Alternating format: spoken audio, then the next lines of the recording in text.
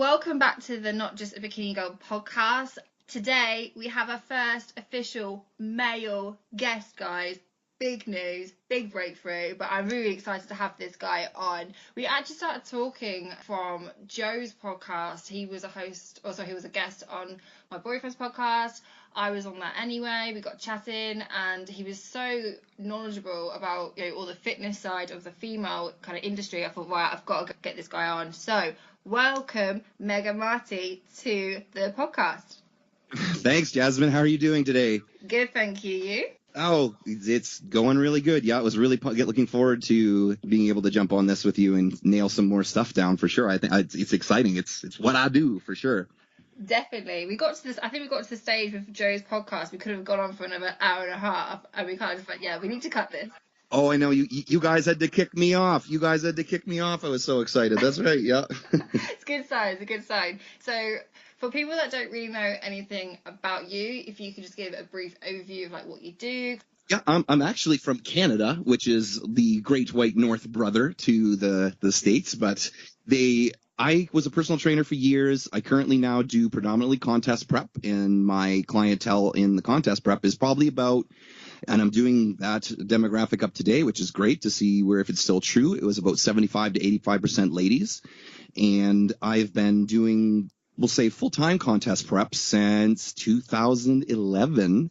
And just fell in love with it. I ended up starting out with bikini girls and learning kind of how they worked and realizing that over here in Canada, at least, the bikini girls were needing a little bit more of a muscular look, just how the judging was going in the equivocal of the NPC at the time. And so really enjoyed being able to help put more muscle on them in that way. And then a couple figure girls and a couple women's physique ladies took a chance on me, and I ended up having some champions in that category. A couple girls my first girl placed first this year at the national level, and I had my other girl place second at the national level. First time ever having clients at that level, so that was very, very exciting for me. And yeah, I ended up becoming an online coach now, and it's all I do. I don't have a side gig. It is my favorite thing to do. I wake up and I start talking back to my clients, and I try to help out when I can if I've got spare time. So that's what I do. You got it. Awesome. So is it mostly, I'm not really familiar with the scene over in like Canada and the US. I can imagine you've obviously got the NPC, and you've got the like WBFF. Like, is there any other like big federations over there? Well, we have a whole bunch of the different natural leagues, which are the IDFA, the IMBF. I think the biggest one of them is the WNBF. Don't quote me on that. I think that's the World Natural Bodybuilding Federation, and so that one's pretty large for them too. I know I had some girls go down into the States and compete there internationally. We have the IPA, which is International Physique Association, and they have that there as well. But the predominant ones, especially now, like as we chatted last on Joe's podcast, was the split that's going on right between the IFBB Amateur League and the IFBB Pro League. So the information is still trickling down. So now what that means is that the CBBF is now its own identity under this newer league called the IFBB Elite Pro. So yeah, I think times are changing. There's going to be a heck of a lot more shows in Canada, which is cool for me because I think it's great for competitors can now pick some more shows. They can now pick more opportunities, because before, even with the numerous amounts of, we'll call them smaller leagues, not quite as big as the CBBF was at one point, the Canadian Bodybuilding Federation. Now there's going to be another one called the CPA, which is the Canadian Physique Alliance. So now there's going to be some shows in May, potentially June. And so it's just because we only had June, October, and then one brand new show. This is only going to be its third year here, it's now in March, but it was in February. So you can only kind of compete at 3 times, whereas in the U.S. especially, it's almost like you could pick a show potentially in like every second weekend, every third weekend, which is great for your schedule, right? Because if you got something going on during that time, as you're well aware, you can't viably do it. You're going to have to warp your schedule around and say, well, crap, I'm going to have to wait till the fall type of thing. So yeah, it's going to be good. But yeah, we definitely do have some different ones. I've been taking a look at yours now because I have a couple girls over there that have hired me for their 2018 competition years. So I have the PCA, then I think it's the UK BFF is the other ones over there. Yeah, and so you're going to see some Mega Marty clients over in the UK. It's going to be exciting. I'm excited. You'll have to come over. That's the next goal. Oh, yeah, it's been one of those things that's been on there. So I've gotten a little bit older, a little bit more set up in, we'll say, life. I'm done the unbelievable amounts of hustle doing the personal training, so I'm all online now, so I still can respond to my clients while I'm over there, so I can take a workcation and come visit you guys and do some fun stuff around there. I think that'd be great. Love to. So when you look at the PCA, the UK BFF, in comparison to the scene in like Canada and the US, like the main reason why I'm asking this is because you're probably aware of this anyway. With the UK, they've got the I think it's the Two Bros shows, like the events where basically quite hard for the UK athletes to be able to qualify for IFBB like pro shows and the Olympia. So now this is being brought over to the UK to make it a bit more viable. And I think an interesting question for you, if you could answer it, is what differences can you see in between, say, the PCA, the UK BFF, in comparison to potentially what they look for in the the other side of the pond, really? Sure, yeah, exactly. So the couple of girls that I was looking at, because I was looking at their last shows and whatever, is that I know that you guys have the same categories in a sense, but you don't necessarily have the same names of them. Like we just went over, there is toned figure, then there is athletic figure, bikini toned, and then trained bikini. So actually, I like this, and they're going to be doing this in one of the newer leagues over here, is that there are more categories now. I think you mentioned one before we jumped on here, is that it's figure, we'll say leanness or muscle density, doing bikini poses, and we are just about to get something like that over here. So there are more categories for you guys, but I think we'll call it classic bikini now, since it's going to be taken off and it's an even bigger direction. I think that is relatively similar, because other than I know that the shows in Europe, they're definitely very lean. Like I believe for sure the WBFF is kind of standard worldwide.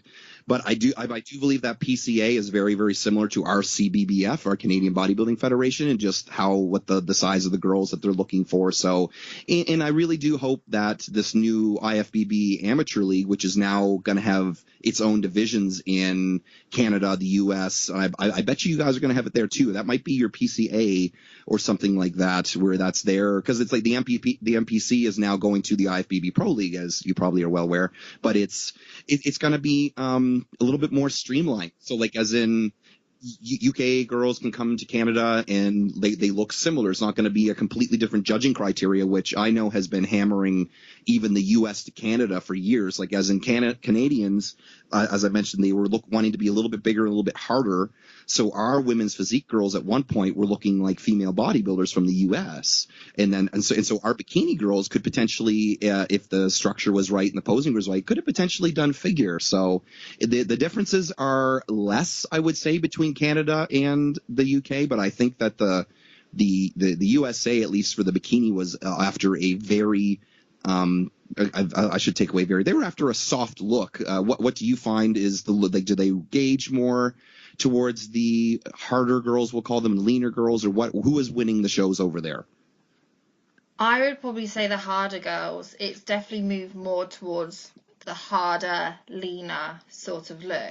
I remember a few years ago, girls would get marked down for having too much of like a six pack, like abs. But I know a lot more recently with the PCA, they've started to reward girls who are just very, very lean, and very, very tight, very conditioned look. And I think this is my personal opinion here. With the bikini trained and the bikini toned, I have witnessed quite a few times on, when I've been there myself and on Instagram, that they've seemed to move around bikini toned to bikini trained girls quite a lot. Oh, okay, got it. I know one girl that came second in the bikini trained PCA qualifier of mine, and then in the finals the week after she got moved down to bikini toned and placed like top 6. So yeah, I think it's just again, I think it's just a case of on the day, depends on what they're after, but I think they do need a bit more of a harder distinguish what we're trying to say, like a better distinction in between the two. Yeah, and I completely agree with that. So now they have a couple new things here too. I'm not even going to bother calling them what they are because I don't figure it out yet. But there's going to be a new category in between men's physique and men's classic, where it is the general guidelines they're giving is too big to be men's physique, but not big enough to be classic. It's kind of what they're going for. And then there's a newer one that's going to be more flashy figure, basically, which I think did you say was your bikini trained, I believe? Yeah, I think with the men's they call it muscular physique over here. That's the one. That's exactly it. That's it. Yeah. Muscular physique. You got it. So we're getting that now. We have never had that in Canada. So this is brand new for us this year, these 2 new leagues. So I'll be able to tell you a lot more about that as soon as the June shows happen, because like as in, when bikini first came out, it was something, and now it is something else, right? Yeah. So and I do agree. Like I try not to get too hung up on it depends upon what the judges want that day. It does, and it's unfortunate that it can go a little bit too subjective, we'll say. But it's I try to flip that around for the girls, because I know you're a mindset girl. Is that it's you can take what they told you. Let's say they want bigger quad sweep. They want a little bit, maybe you're too defined. They want you a little bit less defined. You take those notes and you take the ball and you run with it. And then if you show up literally doing exactly what they want and they don't reward that, but at least you can know, hey, I did this. What is it now? So and that's where it can be kind of oddly progressive. It's because we can, bitch and moan in a sense about what they said and say, but then if you do it and then you show up, there's no way that you can be unhappy with that. You can be unhappy with the placing, but you can't be unhappy with your work. And that's really kind of where I try to guide the girls, especially after the shows, if that does in fact happen, which sometimes it does. They'll say, show up with this, and you show up with this, and they give you that. So yeah, it's very frustrating. Definitely. I think that'd be good to kind of roll into, I guess, like contest prep as a whole. Is there kind of like a lead up time that you like to work with girls? Like, how do you normally go about working with bikini girls in particular?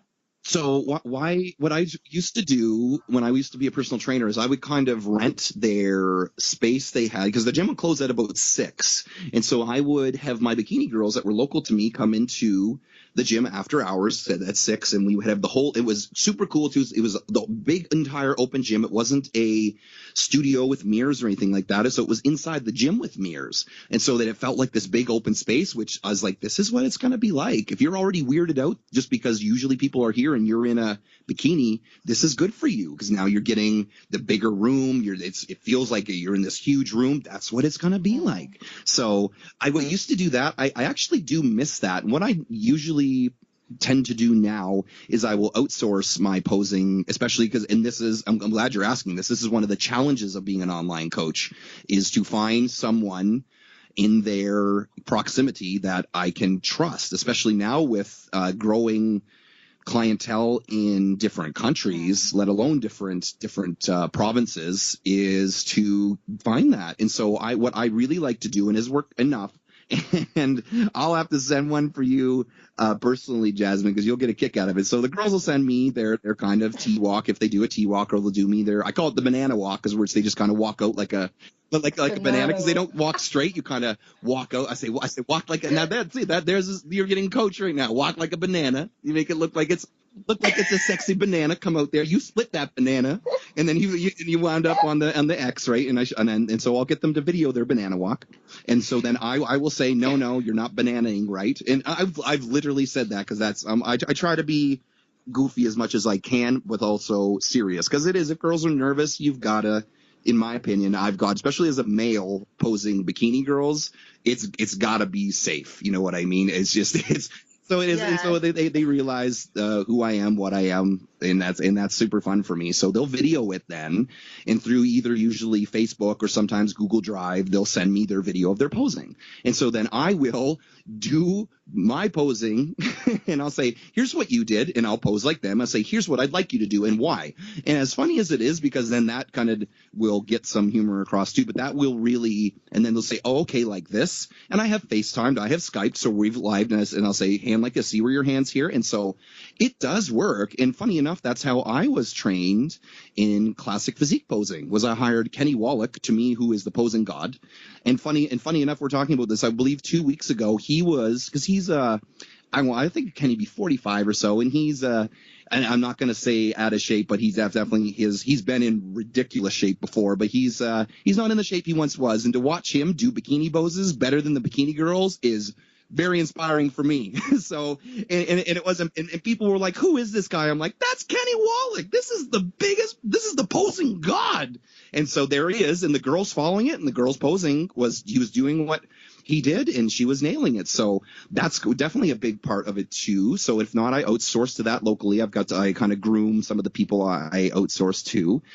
And then I really like to try and do as best as I can locally. I've got my makeup girls that I like. I've got my hair girls that I like. I try to say the same thing for the posing I will do with their exercises. So if they say, I give them a program that I've made kind of based upon their physique and what they need to work on, what they don't need to work on, what they can start to kind of tone down. And they'll say, Marty, I don't feel X, Y, Z. And outside of me kind of drifting into my head, which I've got to admit, I've gotten pretty good at drifting in my head, saying, okay, if they're feeling the lateral part of their knee pull during the squat, they're probably caving in. I'll say, try that. And if not, I'll say, video the squat.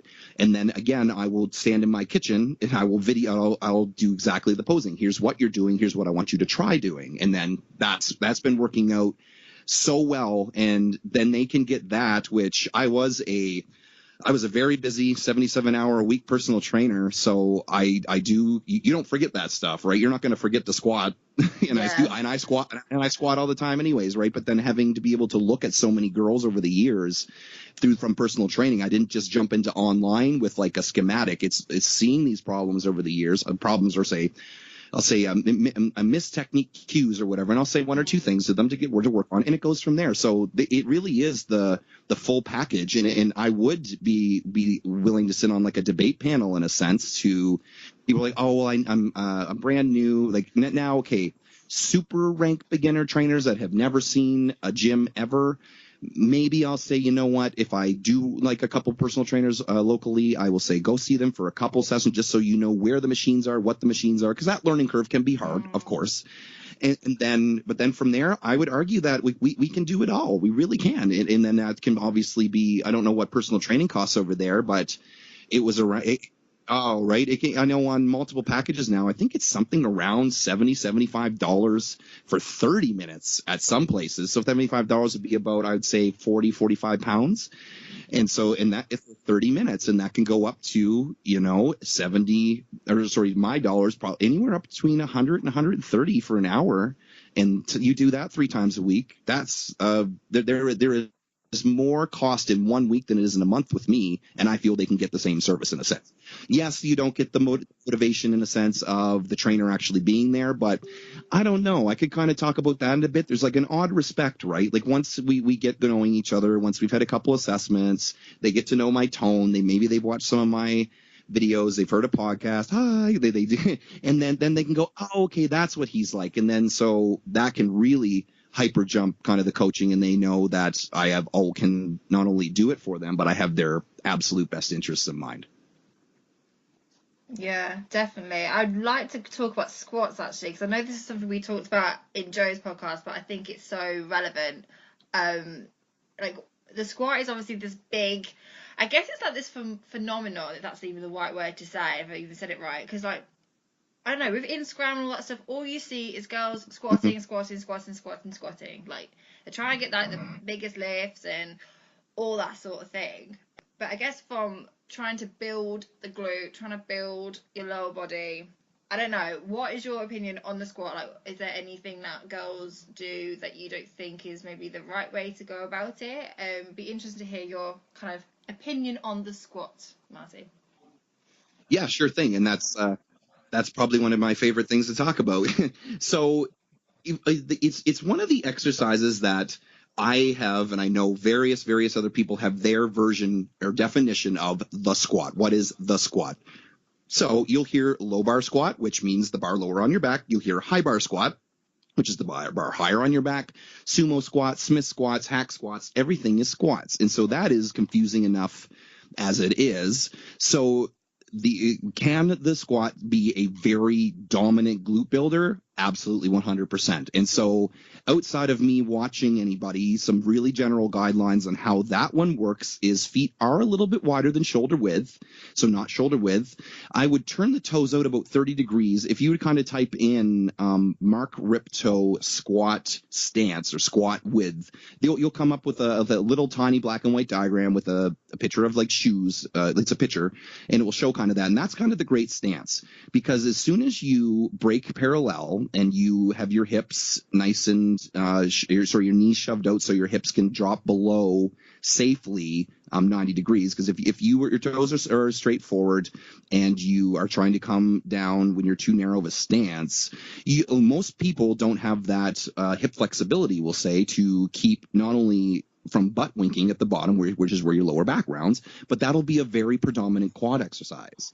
So when you have the knees shoved out, and that's even a cue I will say to people, because some people will try to rocket their body weight or in the squat weight back up using their adductors, the inner thigh muscles. But if you think that you are driving from the hips, like envision the weight is on your tailbone, and that when you come down, you brace your stomach like someone's going to give you a quick punch so that your abs are actually doing the work, and you drive up through the hips.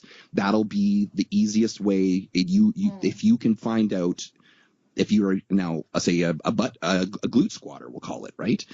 And that's kind of the way that I have taught everybody, and that will then breed me into what we need to do next for the booty, we'll say, because I this is great. I should I'll definitely tag you in the posts I made about this, because I'm doing a series on this right now called the how to build the mega booty, because it's I feel that there's so much videos out there of girls doing exercises, but it's not necessarily giving girls the exercises with explanations with how to find out if it's for them. So I kind of alluded to this. I'll give it to you girls first here, and give it to you first, Jasmine. So this is where I'm going to be going with this Instagram series, is that I learned from Brett Contreras, which is, he's named the glute guy. So I went to him, and and this is what the first post says, I did believe that squats, deadlifts, Romanian deadlifts, that's where all you need. Why? Because that worked for me, and I was an egotistical young man saying, if it worked for me, it worked for you. So then after becoming kind of a sounding board for my girls, and ended up training well over 80% of personal training clients were ladies, and seeing some girls get great glutes, some girls not getting great glutes, look with the same darn technique, and I would watch it and say, okay, that looks good. And they'd say, not necessarily that they don't feel it in their glutes, but the pictures were showing that the glutes weren't building. So then we would do certain forms of lunges. I have something actually called the sprinter lunge, which I find works fairly well. I can kind of send you a demographic of that, where you kind of bend over. It's just learning to know how to activate the glute more. But at this course, or this demonstration by Brad, he was showing the various, we'll say, lighter, fluffier stuff. I love saying it because it's my girls know it's light and fluffy, and then they like it because it's light and fluffy. So they yes, I can do that. This is finally a break from all your damn squats. So they will do this stuff, and I will say, pay attention what you feel and where, and write it down. So I'll give them 10, 15, say do it once, do it twice. And then if, again, the videos, if they don't know which one, Marty, I don't know what frog pumps are as an actual exercise. And so I'll do them, and they'll say this. I said, there's your glute program for now. Because if you don't feel it, it is probably not building your glutes. And so this is where this came from. Is so he said that he, in his lab, he would hook up I think it's the EMG or the ECG, I forget the acronym, which is the electronic pulse, where they would put it on the sensors on the girls' glutes and have them do various exercises. And the coolest thing about this was that they had them all do the same exercises, and these girls all had big, firm, gorgeous glutes. And some of them felt nothing in some exercises, whereas different girls felt everything in those exercises, and then vice versa. And so then Brett said, okay, that one exercise where my machine went off like crazy, said your glutes are firing like crazy, I want you to do that 3 times a week and build up your strength with it, kind of like a progressive resistance thing. And so started doing this, and then these girls with these crazy good glutes got even crazier good glutes. So then he would have he calls it the glute lab. He would then hook up his newcomers there, and if you look at his butt transformations, you think it's Photoshop for sure. But that's just finding out which exercises work for you, and then we build the ultimate glute day for you. And I haven't seen really people do this. Like I've seen, and I almost thought about building one myself. You'll see a 12-day 12 day to glutes, 12-week glute. If everyone could do a 12 day. If I build the 12-day glute, Jasmine, I'll cut you in on the profits, right? So we'll do the 12-week. I was going to do the 12-week glute program, but I said it would almost be lying in a sense of these are the ones that either I like or that my client X of mine has liked, and see client X go to Y. And the reason why I still really like posting these X to Y is that I will show some girls with, and I'll flat out tell them they got a flat out butt.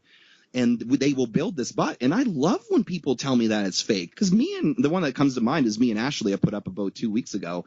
And I said, Ashley, apparently your butt's fake again. You got butt implants or you're photoshopped. And it's so cool to talk to her and her be laughing about it, right? Go, no, I'm pretty sure I can reach behind and feel it.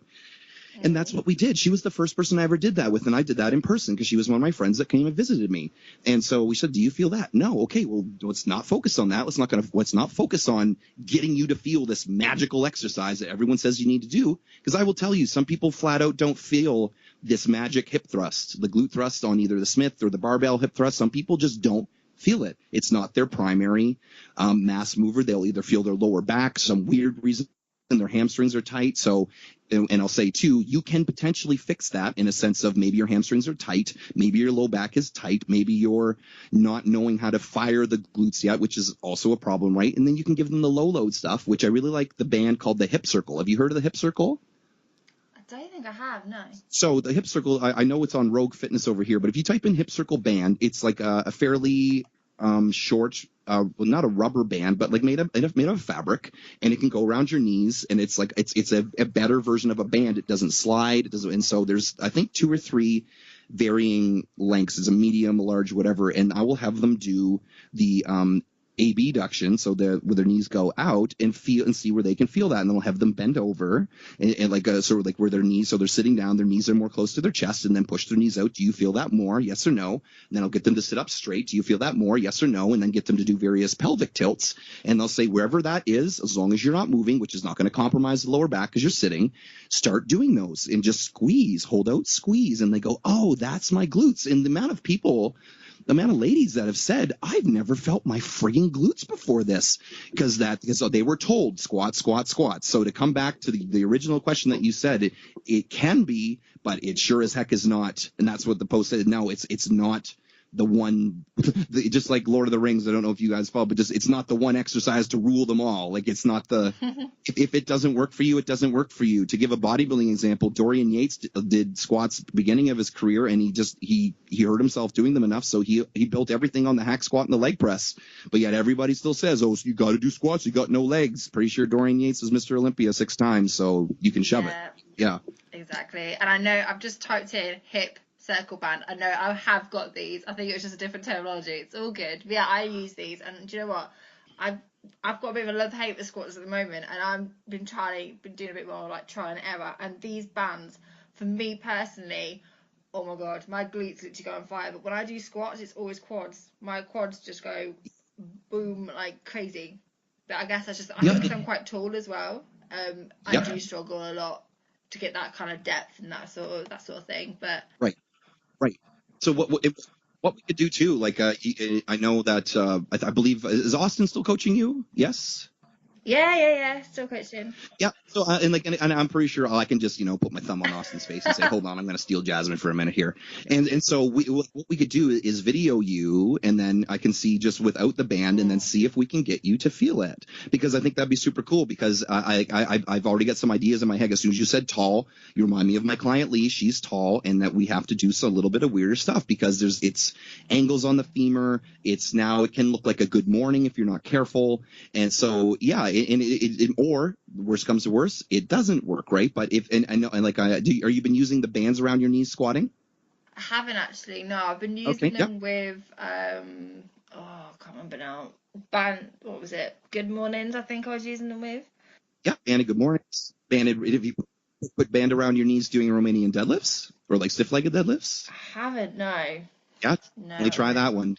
Put it cool. around your knees and push your feet out fairly far, but so like your knees are there because you got to think that's doing a glorified seated abduction, which is glutes, right? So if you're constantly firing them and then you try to work your hamstrings at the same time, they're already doing so much of the torque and the tension, they're going to have to be included too. And then what you can do is remove the band, and now they'll go, oh, we can do this too.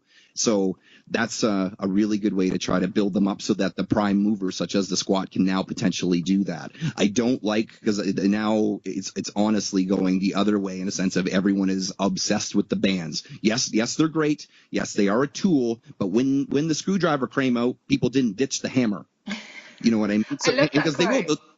Oh yeah, that's what they do. Is all of a sudden before you know it, they don't have a toolbox; they have a screwdriver, and everything can be fixed by a screwdriver. And it can become a little bit maddening because it's like, listen, no, that like so. For instance, for yourself, squats obviously built the quads. So why would you take now you got a big butt and the quad shrink? Well, frig. So yeah, it's finding that hodgepodge, right? And then of course.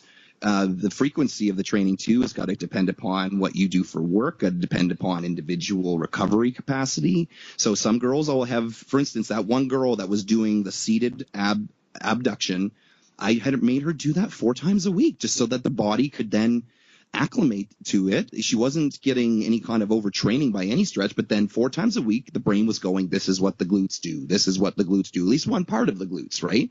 And then that can cascade into building up the other areas. So if you jump into the squat and it's not firing, it's not going to grow. It's got the other muscles going, no, you can go home today. We got this. And that's where you see the girls that are watching the squat, she squats, bro, or the squats everything, and then they get kind of frustrated because they go, why isn't this me? And I'm amazed there isn't more of that being talked about. Why isn't this me? So girls, it's not just you. It is a lot more than just you. You see usually the genetic wonders do that. Probably had a big butt before they even sat in the weight room doing the squats. Yeah, like I remember Lee Priest would say he's got the best arms in the business, been voted every year by magazines. He was doing wrist curls, and he said, I never do wrist curls. My forearms are just naturally like this. And I said, exactly. Yeah, definitely. I love that. Right, I think we should move on to hormones. What do you think? Yeah. Awesome. Contraception with females and competing and training.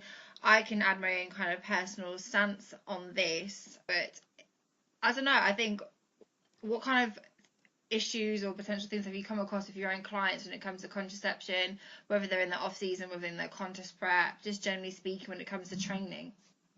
Yeah, so this is, and I'm still waiting on this. It's funny, now it's actually completed. Last time I talked to you, there is going to be the Holy Bible come out about the menstrual cycle, and I think it's called Female Training or something like that, which has every frigging reference on birth control, on hormones, and is going to be the definitive guide for girls and for practitioners, which is me, to be able to nail this down to the wall once and for all. So what I'm going to say here a lot is what I've seen. I don't necessarily have science to back it up. I kind of go off in a different direction as Joe here, but when you work with as many girls as I've seen, it's not, and they're training the same way in a sense. They're eating the same way in a sense. I know what their food sources are. I know how their sleep is. I know how their work stress is, and then nothing else seems to make sense. Hormones. It's all, and this is where I would definitely say is the number one discrepancy in between training females versus training males is that you guys, listen to me, you girls have a very select set of hormones that obviously need to be in the balance due to the ranges. Like in terms of you have obviously the menstrual cycle, which can come and go.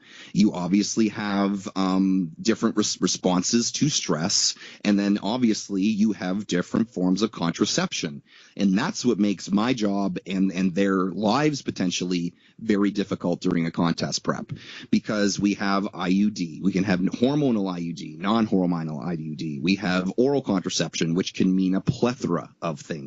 And then we have no contraception, which I would say I do like no contraception during contest prep, just due to the fact that now everything is going to be stable. Everything is going to, and when I mean stable, I mean, it's going to be entirely related to, it's going to be entirely related to the training, the diet, whatever. Because so if amenorrhea occurs, amenorrhea is, like, of course, when you miss your period's late, and if that starts to dip into that could be because of health and not be because of the birth control. So from what I've definitely seen over off seasons is obviously mood can vary so wildly. I have seen not only girlfriends, of course, which in it's just, it's case studies, right? But just to see them switch birth control. One in particular comes to mind that she didn't have birth control, and then she wanted to resume, and so she got one, which she thought was the same one, which it wasn't. And I'm talking within, I think, 12 hours. This girl is happy-go-lucky. I know where you're gonna.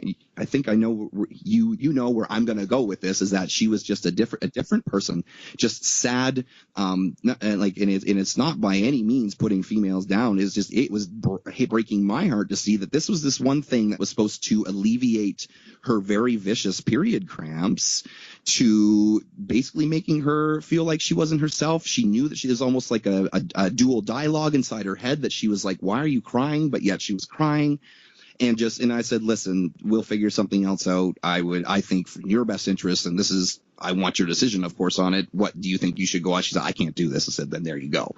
So that's just one example. I have seen girls get acne. I've seen girls have acne clear up. I have seen girls get better sleep. I've seen sleep get so out of whack due to either borderline hot flash-like episodes. I have seen the hormonal IUD do destructive things to water weight. Of course, I've seen weight go down, believe it or not, on certain birth controls.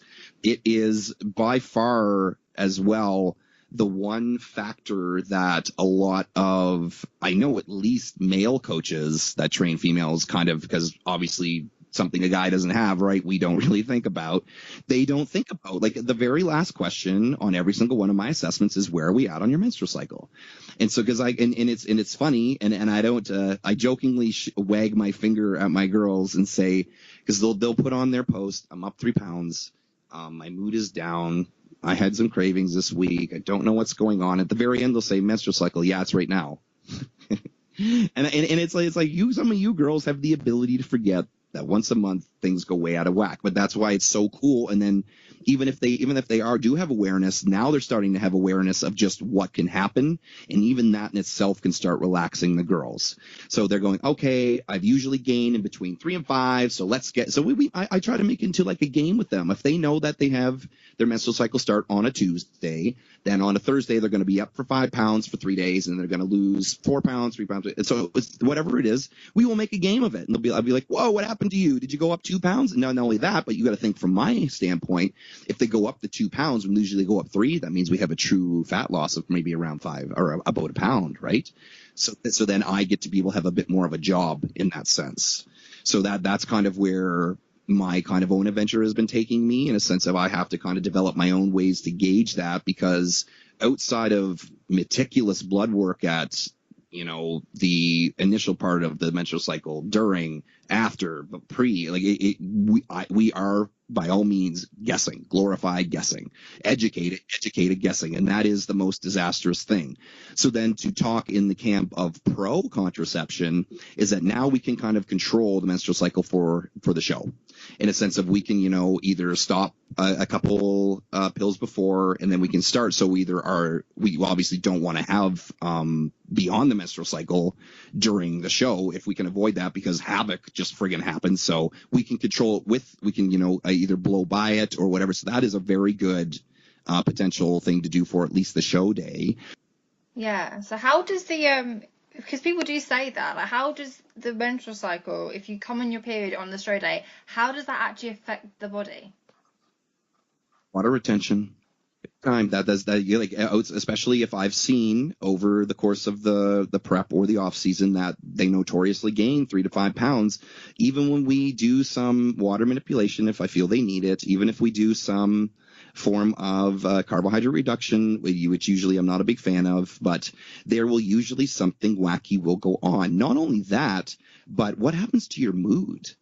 Right, because I've seen some girls that they like my example there, they just won't feel themselves, or they might feel down on themselves, they'll feel that they don't look the way that they really do. They're obviously in the greatest shape of their life. So let's screw water retention. Now it's just a mind game. And then now cortisol jacks up. Now the weight does go up. So now it's inadvertent. So the best thing you can possibly do is at we'll say about 4, 6, whatever weeks out, is start timing it so that you can create due to not using the week off pills and just going into the next month. You can create the period after the show is what I'm saying. Yeah, and that is a huge tool, because then I don't know if we talked about last time, but there is some very significant evidence showing that being on the menstrual cycle, you lose a lot of strength, up to 60% or 40%. So you could be lifting half the weights in the gym. And so when you're when you're in the dying hours of contest prep and you lose, you're already down in strength because of caloric restriction or whatever, and your mood is going crazy, and you're used to lifting, let's say 20-pound dumbbells, and you're lifting maybe 12 and a half. That's also going to play on your mind too, right? And that's when I will encourage the girls to not only be aware of this, but then whip me a message, say, Marty, today it happened. So then I can literally repeat what I just said to you or with their own personal spin on it, because that's to me, that's the coaching. Because I know we talked about too how people, I think a gentleman said, I'm not a therapist, to one of the girls over there, to yourself, I think it was, or something like that, which is to me like, no, for them to give themselves title of social worker, therapist, psychologist, whatever. No, but anyone can give someone therapy. The gym is friggin' therapy, for God's sake. So, but advice, intuition, stories. Like I will even tell them the story that I just told you. I say, hey, she made it feel like a different person, not only to give them, like, we'll say a story that's similar to theirs, but or maybe even have it be a worst case scenario, so that anything we can possibly do to truthfully and honestly bump their mood without me fabricating something, I'm going to do it, because these are my girls, how they look on stage, and their mental health is above everything. I've pulled more girls out of shows due to mental stuff, emotional stuff. I do separate the two, but the mental stuff is kind of talking, oh, I look like crap, I'm not going to be able to do this, where the emotional stuff is them literally not having a great time, and this isn't not what they thought. Now they're crying because it's not what they thought, or the exact opposite. Now they are in the mind frame of, I've got this, I'm gonna win, when really, in my opinion, they need a little bit more time, maybe 2-4 weeks. So so contraception is the biggest wild card that the bikini girl needs to be aware of in her back pocket, and that coaches definitely need to be aware of. Definitely. No, I love that, because I personally know a few girls that have had just awful experiences with just, I know it sounds really horrible saying this, because I know that it's not generalising the whole male population, but a lot of guys just don't know. They kind of just, shove it off sort of thing, and they don't take it into consideration, or just having that awareness, especially when it comes to girls. Like, when you're that low body fat, like, you need to make sure that you're with a coach that you goddamn freaking trust. Mm-hmm. You can go one way or the other. And it is, it's not a nice kind of area to talk about in the competing world, but it's so, so real. Like, people don't see, when your hormones go out of whack, and how much that really, really does fuck with you. Excuse my French. Mm-hmm. Absolutely. Yep. It really, really does. Like, I was on contraception for, ever since I was probably like 17, 18, was on, like, pretty much on contraception all the time until probably last year. I would switch from the pill to, I switched from the implant to the pill, and I literally just felt like dog shit. I felt horrendous, and I thought, I know I can be a moody cow, but this is kind of a bit. Yeah. And I remember I really wanted to come off. Yeah. Close to my show, but my coach at the time, not Austin, another person, just said, no, you got to stay on it now, because if you come off it, being 4 weeks out, we don't know how that's going to affect your body, sort of thing. And as soon as I came off, I think like end of June, I came off contraception altogether, and man, like, I just felt like a completely different person. Feel normal hormones, if you know what I mean. Like, but it was just nice to feel normal. Oh yeah, absolutely. And so that's why I kind of give a general recommendation outside of, because then I will be able to look at assessments, right? And if I see when the menstrual cycle is happening, go, okay, and I go, okay, that is going to be around show day, I will say,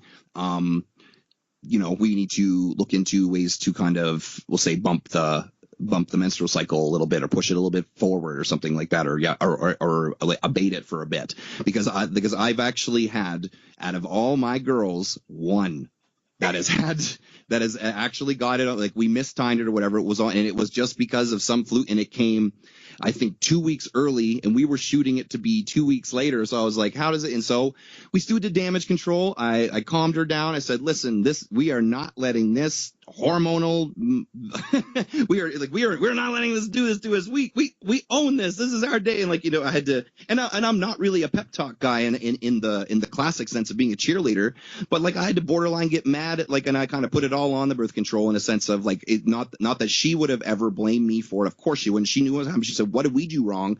And I said, I will get back to you because I will see if we were wrong. And we weren't. It was just one of those occurrences that maybe we did dip into a little bit too much of a low calorie in the 1 week or something, which I still don't believe it. It could have been, because I am open to being wrong. Of course I have to be. I wouldn't be able to call myself a researcher in a sense, or a back alley researcher.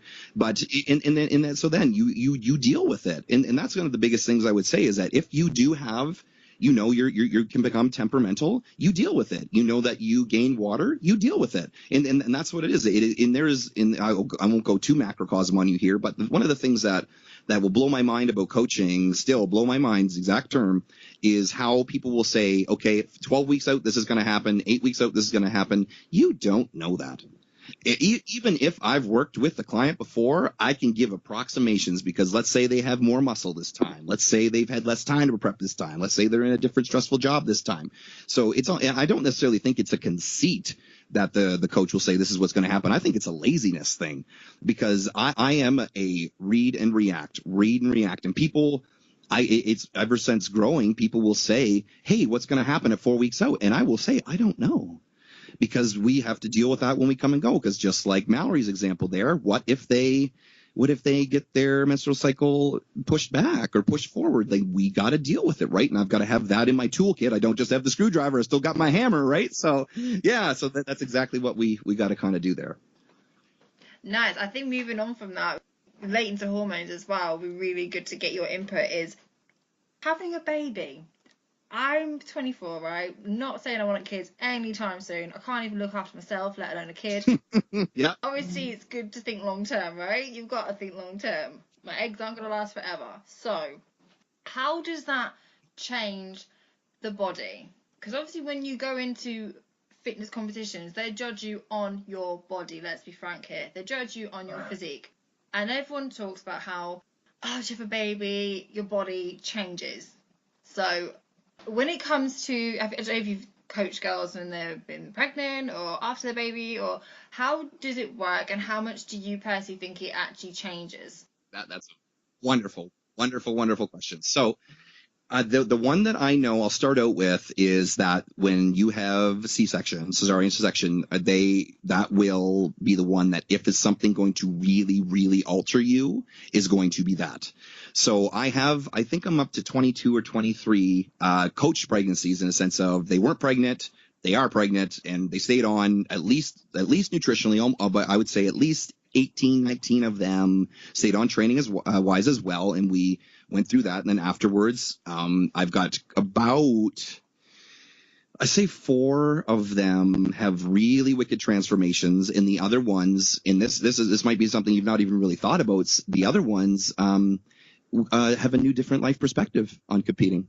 So because this now something else is the most important thing in their world, and not in a bad way. They just, you know what, I think I want to do this now. And so that's a really cool thing. And of course, like, I'm going to force them to compete. You are too good. Get the heck back on stage. No. So they, so in terms of the actual physical body, I have not seen enough to say that it is purely the pregnancy's fault. It is inadvertently the pregnancy's fault. And what I mean by that is, if you are a donkey, if you are an ass during your pregnancy, and you will say succumb to the hormones too much. I won't say succumb to the hormones, because I can't even imagine. I'm not going there. I don't know. I don't know what girls go through, and I'm definitely not going to assume and say suck it up, because that is a bunch of crap for sure. I've trained, and this is why I really enjoyed training girls in person, so I can gain a little bit of this understanding, to at least say my stories and say, this is what I've seen. What are you feeling, type of thing. So I've seen girls have to, like, because I'm obviously very, very funny. So in person, I would make some of my girls laugh, and they'd have to stop and cross their legs, or else they'd pee mid-workout because they've lost bladder control. And I was like, this is a thing, and they'd just be standing their legs crossed, like, don't say that kind of stuff mid-workout. Like, I'm in the gym, Marty. And like, I'm sorry. So that's there. Obviously, you can get pregnancy diabetes. You can.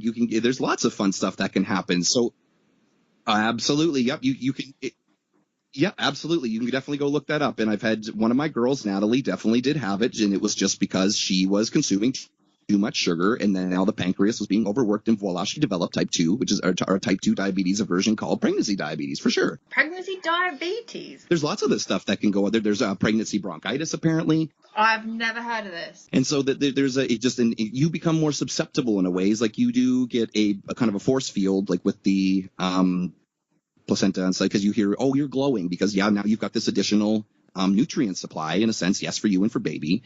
So we're to bring that all back. I was referring to, if you are a donkey, aka if you do go way off, like let's say you're a competitor for years, or not even years. So let's say you're actually a pretty seasoned competitor, 4, 5, 6 shows, whatever. It's a big thing, part of your life. You want the goals change, baby. You're Jasmine in a year and a half. Just kidding. You're Jasmine whenever Jasmine feels damn good and ready. That's right. Yes. So when you eat way off, you do gain additional fat above and beyond. And let's say you stop training too, which I give the analogy of, now you're not even going down the highway. You didn't pull over and park. Now you slammed it in reverse. So you're going backwards down the highway of, we'll say, towards fitness. And then of course the other thing I mentioned was the C-section. And then if you also stack on, because I've seen this, unfortunately, then you stack on the putting off of going back into the gym, which can make that shame cycle of, well, I've already gone so far, what's the point? And so that's why I very firmly say, listen, please keep me on, even just if you do the assessments and you have someone to talk to. Like, and not from a, because if I built the relationship with them, because I will always say to people, this is one of your biggest benefits, especially being online, is that I don't know your social circle. So this is me looking at the characters, aka people in your life, objectively. Like, I don't know Karen, I don't know Josh, but Karen and Josh are this. I said, I will give them kind of examples that, like, I can, really help out here. The minor in psychology that I took will really help with being able to give you a different opinion on situations without it being biased. Like, I'm not your friend saying, oh, that guy's being an asshole. No, because I can be something to them. And so then they go, okay, and I will very firmly tell you, I don't think that hasn't worked yet. So then they can bounce back. Then we get them back into the gym as soon as they are kind of comfortable. I have my new girl Peyton is back in the gym now. I think this is her second week, and she's just loving it. Thank God I got my meal plan right after my baby. This is great. I feel great. I've already got the gas for it. So she's. So, and that's it. So then there is your perfect storm for, can it alter the body, we'll say, permanently? Because what happens when anybody becomes obese? They can get the skin, right? You can get excess skin when you try to lose it again. And so that is the big thing. I haven't really seen the gigantic hip alteration that people think, and I haven't looked this up in terms of formal science, and someone can write in here that say I'm wrong, but the girls that say, oh, it's altered my hips, I would also challenge to see if they've lost the fat that they gained on the hips as well. So it can become a little bit less of a challenge if you do work out and you do eat well. I know things are going to be off, and that's, again, why I encourage the assessment, so we can see, was it off? They go, oh, my gosh, the pregnancy brain is here. And then Natalie had the pregnancy diabetes, so we obviously altered the diet for that, so we can have ways to keep them in the fitness mind frame, we'll call it, in a sense. But then I've got enough of those transformations after their pregnancies where the belly is gone. They have competed, they have won, they look great. Stretch marks are highly individual. I know we talked about cellulite, so it's kind of the same thing. I've seen girls not get it. I've seen little girls not get stretch marks where you think they would because they blow up, and I've also seen bigger ladies get stretch marks, and it's just your skin's predisposition, I suppose. Is that kind of going into where what you're kind of talking about there, what you're kind of asking? I may have went off a little bit in a different direction. No, definitely. Like, it's really, really interesting. I never even heard of pregnancy diabetes. That is just blown my brain. Yeah, absolutely. It is, because you got it. It depends, because like, well, the classic over at least here is you hear ladies going after pickles and ice cream for their hormonal, we call it eating, hormonally pregnancy eating. So but if let's say they pick jujubes, or let's say they pick some kind of candy, and then that's what's going for them all day is their eating, and then so then it's the sugar, and therefore then the pancreas gives up, and it's also trying to work the blood sugar less efficiently, towards obviously dealing with everything. And so then you will get it. I really don't, I'd have to look back. I really don't think Natalie was too far off on our meal plan and still got it. So it's a thing, right? Also, acid reflux becomes such a deal because now the stomach is pushed around, so that now stomach acid is creeping up a little bit, which can also make obviously things a lot more interesting, and you don't want to eat larger foods if something bothers you. But that you can also flip that and take it positively, so that if you eat food that your body really agrees with, now you're not going to have as much acid reflux or heartburn. So yeah, there's so much that can go into it. But I think if you have been training and you stay moderately active, I'm not going to give you a workout plan as in I want you 5 days there a week or 4 days there a week, but be progressive with it, as soon as you're showing. Don't do things like assisted row or seated row where the belly's against the pad. Don't do lying hamstring curls. I usually have my girls do a little bit of a wider squat with the toes pointing out so the baby can sink in between the legs. So like almost like a sumo squat. And that will, this might blow your mind. That every single one of the girls that have kind of made it up till, we'll say, day of labor, it's been quick, it has been healthy, and it has come rocketed out of there because due to the strength that they have. It's been I'm 100% right now. I haven't had a messy pregnancy in a sense of that, the baby's been taking too long. Every single one of them I've trained with weights, have eaten relatively well. Of course things go off. People, baby showers, everything. Of course I encourage that, right? But no, every single one of them has had very easy labors, and that's super cool. Like I don't know him when it's going to happen if I get one, but as of this date, we've been team Mega Baby's been doing pretty darn good. So yeah, that's another.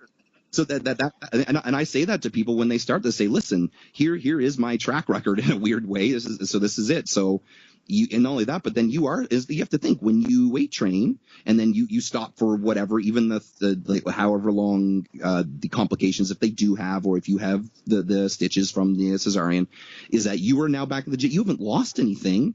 It's going to take you very quickly to get muscle memory is very real as soon as you jump back in, which that's another tip I would say is as soon as you were cleared from the doctor, get back in there. Start with whatever weight. Don't jump right back in and be a hero. I do have some girls that want to be a hero because they're not bag gyms. They would be actually running on the treadmill or doing weights, giving birth if they could. So that they just jump back in there, get back in a swing, and then the weight will fall off. And I mean, I'm talking like 3-4 pound, dependent, like a week, depends upon obviously the height of the girl and the weight of the girl. But if they have gained, we'll say a healthy amount of weight, I'm not going to give anyone a range there, but it falls off. I think even with one of my girls, Ashton, who she picked we'll say the bad route. Like I tried to encourage her, things just weren't working out for her and her schedule. And then she came back, I want to say 6 months post pregnancy. And we hammered it, and she's probably the best transformation I have. She's got a bulletproof six pack with it, and she had a cesarean, and she's the one I use it because they say, well, what about this? Well, what about this? And I say, unless you want to call me and her liars, this is what happened. I know it's one case study, but I'm saying it can be done. So it's not impossible. So I hope that can soothe some people's minds. And you just got to have a mind frame going in. Once again, the mindset, or you got to have the emotions going in saying, you know what, this is something I love. I'm going to do my absolute best to see where I can get back to. And then not only that, but let's say it is something that does somehow hold you back. You've got stretch marks, you've got skin. Well, screw that. Is that going to stop you from not only doing something you love and potentially you winning? I know there's some great spray tans out there. I know there's it's still possible. Definitely. That's given me so much hope. You don't even believe. Yes. And there you go. That's wonderful. Yeah. Thanks. Awesome. I think we should move on to cellulite. You briefly touched on it. I know we spoke about it on Joe's podcast as well. If anyone does want to listen to that podcast, Optimal Physique Development, we're both on that. Really, really good podcast as well. To cellulite. Oh God, I genetically probably have Oh, I have the worst day, like, even when I'm in the off season, and even when I'm like 2 weeks out of I'm still having to battle with my cellulite. And I know, I do what I find it really funny when on Instagram girls are like showing off their thighs and their hamstrings. I'm like, either they've just got crazy good genetics or they're photoshopping. Either one, I'm not happy with it. But I will very firmly tell you that it more than likely is a lot more Photoshop than you know. I'm not gonna sit and say that it is a lot or a little. I am saying it's more than what we know. A lot of very famous, we'll say Instagram influencers have been flat out caught with either making butts bigger, making cellulite go away. Like I've seen some of the original photos, and it is like mind blowing. And I'm talking some of the girls that get caught or that got caught. They are people that have been looked up to for months, for years. And so I'm not saying to completely downplay it, say that, oh, those girls have cellulite. I'm definitely saying that you cannot, and this is where I know we're going to talk about this a bit, you cannot go off of Instagram for that stuff. And I have seen, depending upon where your mind frame is at as a girl, you can look at that and either become demoralized, or you can become angry because, oh, that girl's Photoshop. And now you starting to label everyone as a Photoshopper. Because no, there are some girls, I've trained them, that just don't get cellulite, and they just won the genetic laundry. And if you want to get mad, go yell at your parents and say, why'd you give me the cellulite? So the disposition to get cellulite. And so it's one of those things that I definitely think that you do get affected on stage in terms of marks, but I have faith that you can do something about it. Everyone says that it's there for years and years and years and it will never go away. I know two girls that come to my head that I think of that we've definitely all but obliterated, or it's become from, let's say, if it was at 100%, it's definitely at 10 or less percent now. And it's building, continuing to building muscle. But I will say that now these girls are figure or women's physique, like as in these are girls that have gained significant amount of muscle tissue.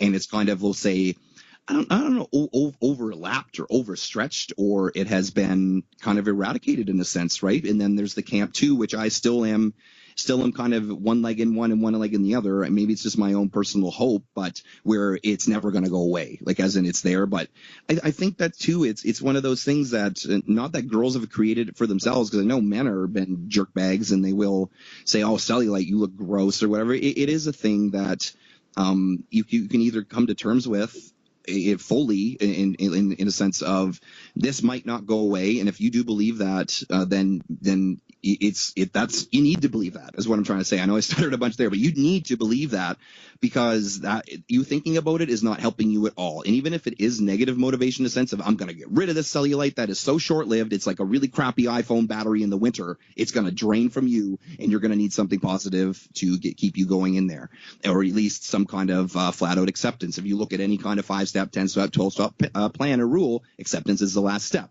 And that's one of the things that I try to say to them without kind of getting too into it. I let the coaching relationship develop, and I will say, listen, this is where your next step is. I don't expect you to be here now, maybe not even a year, but hopefully you can get here. And hopefully we can get you there, and that you can be not, I won't even necessarily need them to be happy, but I need them to be kind of, not wanting to punch them out at the bar type of thing. They at least can be okay with them in the room type of thing. Yeah. Yeah, I know what you mean. I think having that objectivity when you're looking at posts on Instagram I think it can be very difficult, but I very much look at posts now on Instagram and kind of go, they look great, and instantly I go, what could have been done to that image? Yeah, and it's not a case of slagging them off or anything like that. It's just having that awareness, like, oh, what could have been done to that image that I don't know about? And that kind of interest and like curiosity, would you say, I think has helped me kind of be like, right, this isn't, it's not a case of, well, I'm bad and she's good or anything like that. It's just like, yeah, she's probably dieted a hell of a lot to get to that. Oh yeah, and sure. In fact, because I probably wasn't lean enough for my PCA show in June, and I was marked down because of the cellulite on the back of my legs, and that was the main reason why I didn't get the top 3 qualifier. So it's just one of those things, I guess, for some people, as you know. Some people will diet down, it will go. Some of the people have to really, really, really diet down. Like I'm going to probably have to next year. Fade slightly. But as soon as I put weight back on, I can assure you it goes straight there again and the cellulite goes back. It's crazy. I'll have abs, but I'll still have cellulite.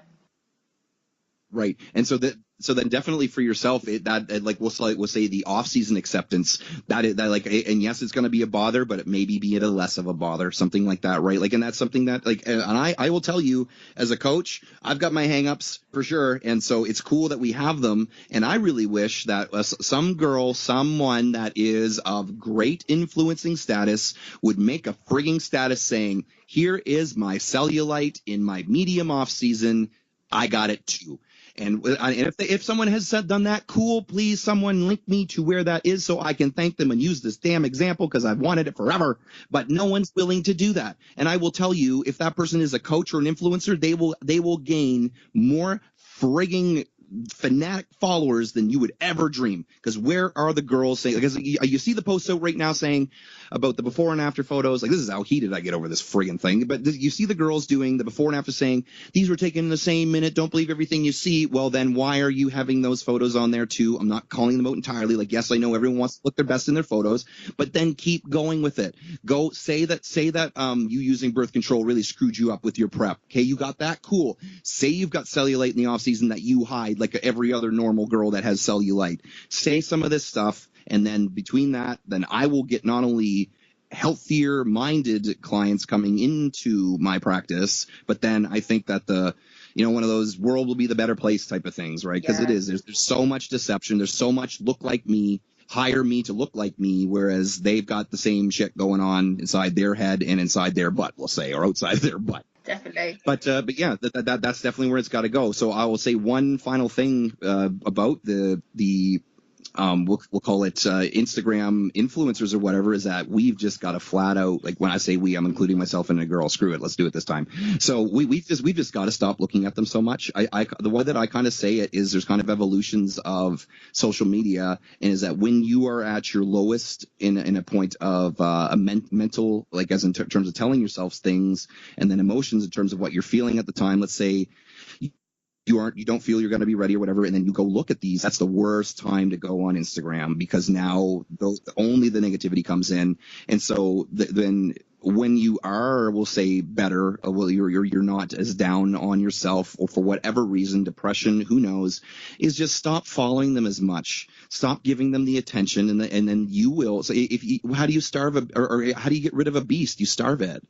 So we've got to get rid of them. You know what I mean? Like, and I will very firmly tell, and I can think of at least 3 girls that I've dealt with, I think, for the show coming up in March, is that get prepared for the 4 weeks out Instagram kibosh. You're not allowed on it. I want to see the app. I want to see the app gone from your phone, because they will start, because you can do, like, for instance, this is going to be I think the Natural March Classic or something like that. I'm paraphrasing that. So you can search for that hashtag, because most girls will put up which show they're doing. And then we know that then it's not even the Instagram influencers from, let's say, San Diego or somewhere else, Hollywood. Now you're seeing local girls that potentially have Photoshop going on or whatever. And now that's wrecking your mind, because they're going to be in the show with you. And if you can be strong enough for me and I will help you out with this, just take it off your phone. You don't need it. And the ones that have done this in the past, I will tell you, the marked improvement in their emotional and mental mind frame is ludicrous. I'm talking a couple days.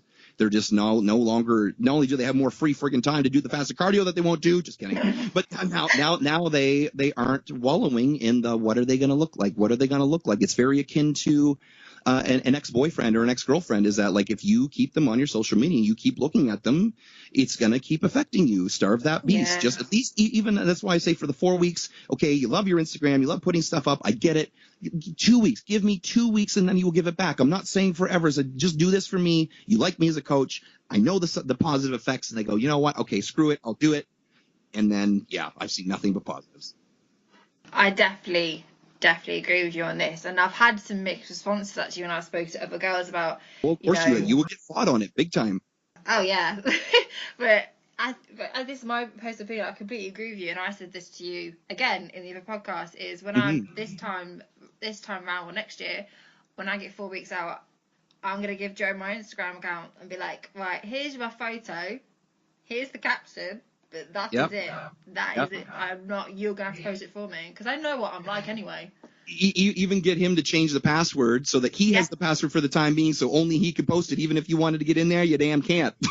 Yeah, and he could post sloths and I wouldn't even know. So. Yeah, just pictures of sloth, and then just say your friends you'll see your friend in person and be like, why are you posting nothing but sloths and bikinis? Like, oh my god, Joe. Yeah. No, who thought it? But yeah, like, and it's not, I think it's just having that awareness as well. And this is when I kind of put in the mindset side, is I've learned a lot about myself this year, and it's having that awareness of who you are, like, and what triggers you, what doesn't, and all that crap. And I know just personally that I need to go into hermit mode, because not because I hate people, or just because that is what works with me and my dynamics and me as a person. I can be very inward and quite shy in some respects, so that when I get to 4 weeks out, I know that I was trying to kind of do what everyone else was, do the updates, when actually I was so freaking exhausted. I couldn't even read the captions half the time, because my attention span was like literally like a pea. It was, but yeah, I think definitely like turning it off as well, and procrastination with Instagram, that's another different kettle of fish. Like, I think I wasted so much time last prep just like trolling Instagram just for like no reason. Like, I already did 4 weeks out. I knew that like everyone kept tagging me in food porn. I kind of actually had to message my friends and be like, mate. Some friends. I was like, what are you doing? And they're like, oh, should we buy you like food after prep? I'm like, no, don't do that. Why? Because I know what I'm like. If you put it in front of me, I will eat it. So don't put me in that situation. Do you know what I mean? Of course, like, they mean well. Of course they do. But and I heard this is a really good flip that this might be able to help out you or some of your girls. Is they when people say they don't understand, No, they don't understand. But we don't understand that they don't understand, and that's where we got to understand. I know that sounds hilarious, but like, you got to think they don't know. And so for us to get mad at them is like getting mad at your cat for knocking over your expensive glass. You still put the glass where the cat could knock it. Yeah. So it just, so like, no, of course, it's at the most trying time probably of your friggin' life, or at least friggin' year, that you don't want them to get the food, but they see, and that's another beef I've got, is the whole people getting stashes of food for post show and whatever, which I watch. So here's another way that I do with coaching too, is I will start watching if the girls and guys start posting a lot about food. Because if they do, that's when I will have the chat, and I'll say, hey man, how much are you thinking? Or hey girl, how much are you thinking about crappy food? And they go, oh, and I'm like, no, I've seen. So then, and if then they'll respond and go, okay, then you tell me why 3 times a day you're putting up a Snickers bar, or you're putting up a Snickers bar parfait that someone made, or you're watching the Food Network or something. And they'll go, and sometimes they'll be unconscious. They'll go, oh my God, I am thinking about food that much. I'm like, absolutely. And that's when I know to start taking different tactics in my coaching for them, because that is heading down that scary path. As much as I like to think I'm a very good coach, it is something that we have to really start being more aware of, and not say no, fight through it or whatever. There is ways to get around that you might not think about, but it's not only, we'll say, keeping the coaching, the mental coaching or the mind coaching well, it is using different physical tactics too for that stuff, because it's and one of the cooler things, and I'll give it, like, I love giving away stuff for free. So it is, I will tell them, listen, am I making you eat any food you don't want to? And they say, well, yes, I'm not allowed to. I said, you said I am not allowed. Are you not allowed? And they go, yeah. I said, this is completely your choice. And the holy shit will go off in their head, and they'll go, I do want to, like, I said, I am only giving you a sheet of paper. You are doing this, and that is so cool because you are doing this. And I know, like, I'm in the middle, I'm not going off too far. I am in the middle between do the show for you as experience versus going for win. At some point, we got to improve, we got to win, But either way, say you are doing this for you, in a sense of that you chose this, and sometimes we forget it 6, 5, 4, 3 weeks out that we chose this to do this. And so you go, and that can just like, go, damn right, I want to eat that. Because the whole, as soon as I see I'm not allowed to eat this or I'm not allowed to eat that, no, you can go eat that right now, but then you're wrecking your show. Yeah. And you go, wow. Yeah, and it just brings them back from the edge. And I go, listen, it's 3 frigging weeks. You can give me 3 frigging weeks, and you can definitely give yourself 3 frigging weeks. Especially, of course, this is pertaining, mind frame is healthy. We're not going down too much of a black hole. Health is going good. We're not looking into anything severely, permanently damaging or anything like that. If it's just like, we'll say a breakdown, or even just a minor blip in the road, or I've noticed that they're posting about food too much, that will help them. And they'll go, yeah. And then I'm telling you, man, or sorry, like I know it's not saying too much. I'm telling you that will really, really click for them most of the time. Like, of course, not everything's going to be able to work for everybody, but that will save a lot of both boys and girls. I've had to say that to guys, because guys are not we'll say out of the water on being being a victim of food in a sense, because it's everywhere. Like you said, how can you get away from it if friends are tagging you in it? Yeah, for sure. And I think as well, obviously this is like normally about like females in particular, but I think we kind of forget as well, like men still have these struggles post show, but you don't really see a lot of men on Instagram talking openly about that. I know, because it's not masculine, right? We don't talk about feelings as dudes. That's just the way it works. But it's interesting. It's definitely interesting. You know, females. A lot of people. Who said this? I think Kerry Sexton. She's a PCA pro. She said like loads of people talk about. Or was it Phoebe Hagen? I don't know. It was a really good quote. They were saying no one talks about different approaches and what's right or wrong to get into contest prep, but once you come out of contest prep and reverse dieting, everyone's got an opinion. Oh yeah, I like that. It's true. Yeah, everyone's got the right way to do it. But everyone does it differently pre and post contest prep. So yeah, it's a funny world, isn't it, competing? When you really do dig deep, you're like, God, it's really, really weird. Like, if you would have told me a few years ago I'd be doing this, I'd be like, nah, you've got the wrong girl. I literally would have been holding, like, a G&T in one hand with, like, a chocolate bar in the other, and I'd literally been like, nah, wrong girl. Yeah. Yeah, and I've seen that more than enough cases too, because and that's where, like, I know we're talking about a lot of the dark stuff of fitness, but like I wouldn't be here just as a white knight for the fitness scene, period. But if I didn't see so many overwhelming positives from fitness, like I've seen people find who they are. I've seen people find their direction. I've seen people get rid of bad relationships. I've seen people gain wonderful lifetime friendships. Like but it's just, we do, of course, when the food is restricted and let's say the hormones are wacky naturally just due to the lower calories towards the show date.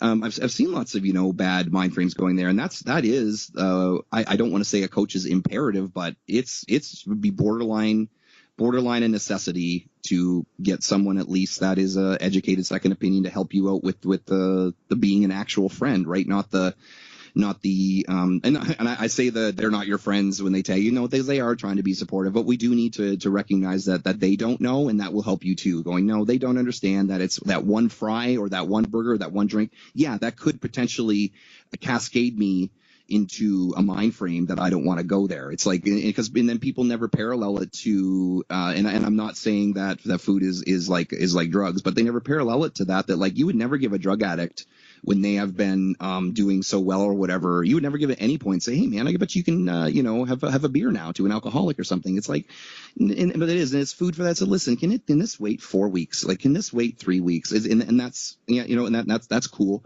But then I believe that the coaching process should be really geared towards the off season in a gingerly way during the pre-contest, because I will watch too. There's this magical phenomenon that I was not prepared for with coming into the last 2 weeks, I would say peak week especially. Now they're thinking of post show.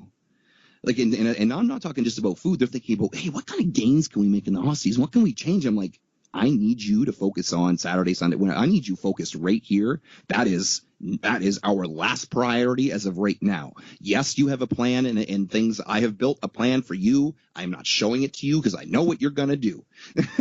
So, and they'll get the plan like when they're pretty much on stage in a sense, right? But that is like, have you found that over there? Have you found that yourself, that you start thinking about what you can do or all the things you can do during the post show? Like, is that a real thing?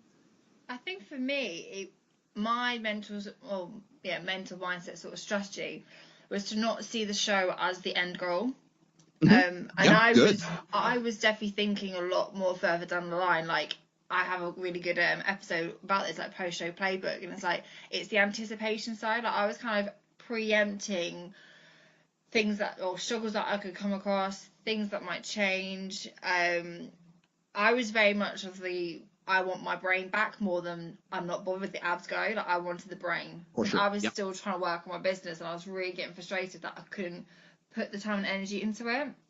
So I don't know. I was kind of like half kind of 50% of what you're saying. I was thinking about the show day, but at the same time, looking beyond that and doing more research into, you know, the effects of becoming insulin resistant too quickly, that scared the hell out of me. Like, that, honestly, that fear was the best thing I could have done, and given myself that fear, because it really helped me not binge out, because I was so scared of screwing up my insulin resistance and insulin sensitivity and all that stuff. That was what got me through, I think, post show.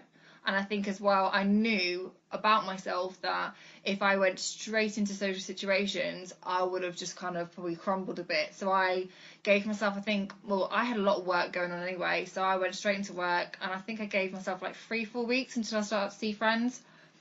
And that's not me being antisocial, that's just knowing what I'm like and putting something in place, and, you know, taking control of that situation.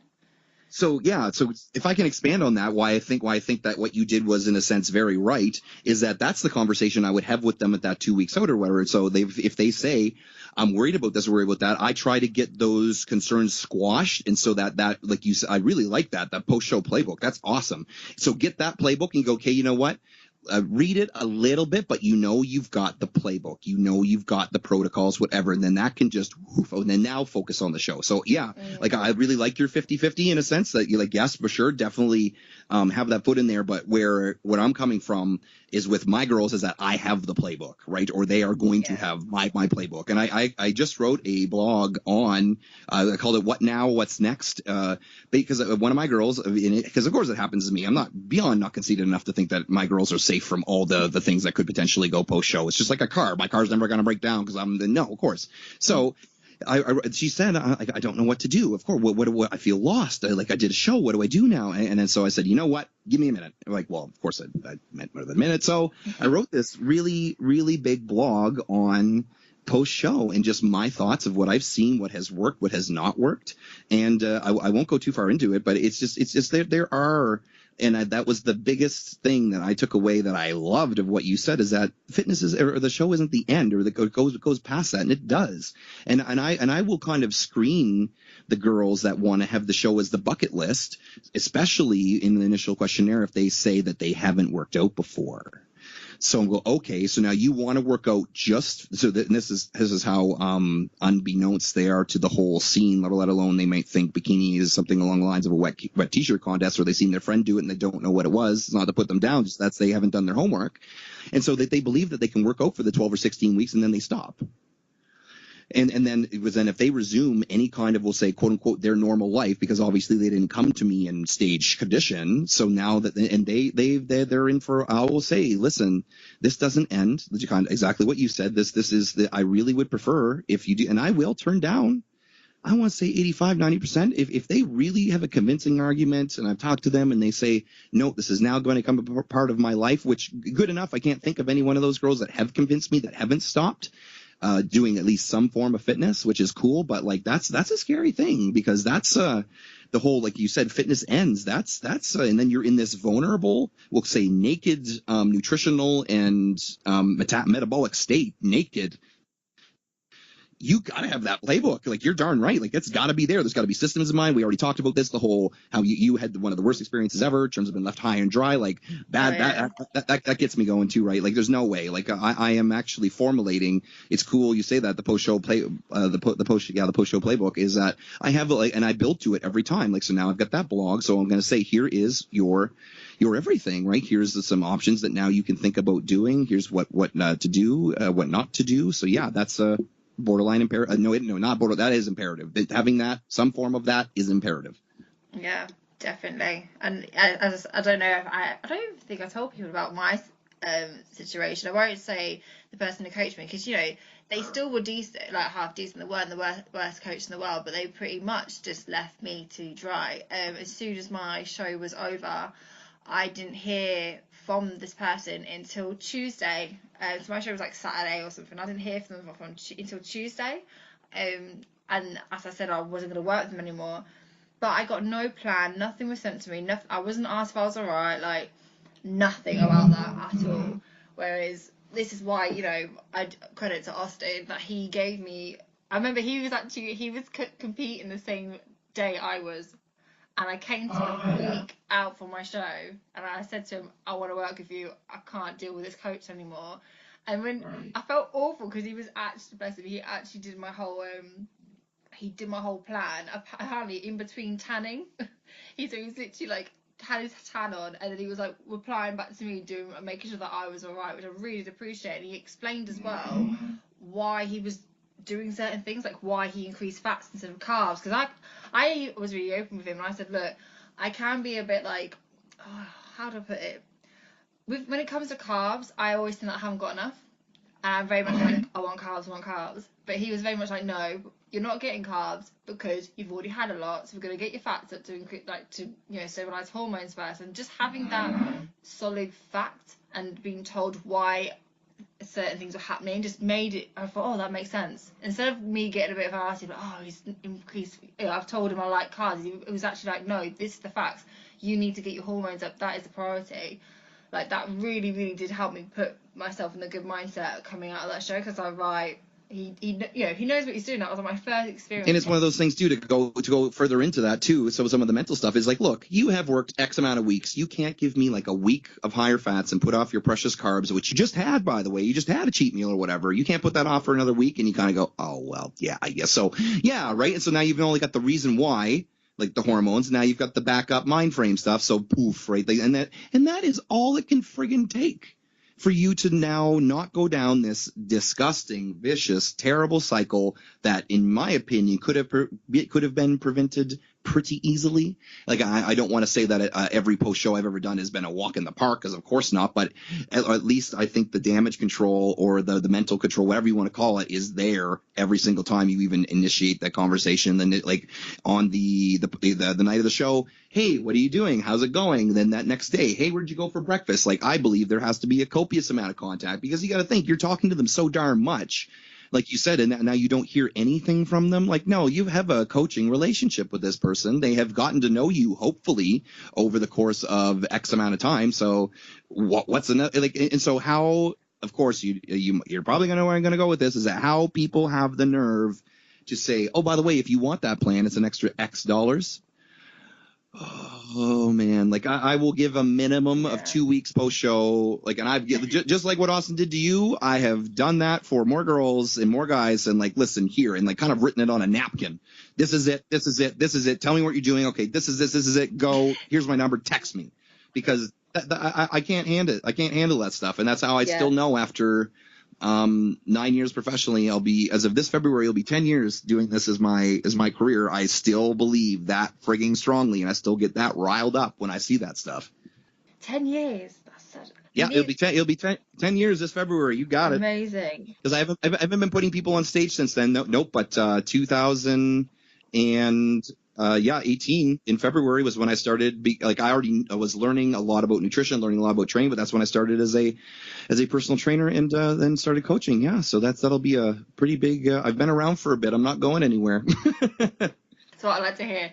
You must have seen a massive shift then with the whole bodybuilding industry, I guess. Absolutely. Bikini was brand new on the scene. Men's Physique was brand new on the scene, and just saw like obviously the put downs from there to that, like saw the figure girls say, what the hell is this? And then before you know, and then of course, like how like you were explaining how the girls look and get pretty darn lean. Like before you know it, there were some figure girls that should have been bikini girls. There were some bikini girls that should have been figure girls, and they were starting to go, why are they so lean? It's like, because you don't work your ass off. And then I think they're almost started becoming a borderline healthy competition, as long as they didn't take it too far and want to, take out the knees of them before they go on, so steal their heels last second like that. But yeah, it's becoming, and now like these ones, we're getting these ones that you guys have had there for a bit. Like there is something for everyone. And I know a lot of people are kind of complaining about like these leagues. Like some of them I do. There's one in the States right now I saw where the guys have tank tops on.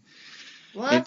Oh yeah, I'll see if I can find this link for you. Oh, they have tank tops on, and the posing is weird. And Please send me this. Oh yeah, I am so pro category in a sense of, yes. The only times I get non-pro category or con category is when someone can go in, guy or girl, win one division or class, and then switch and win that division or class.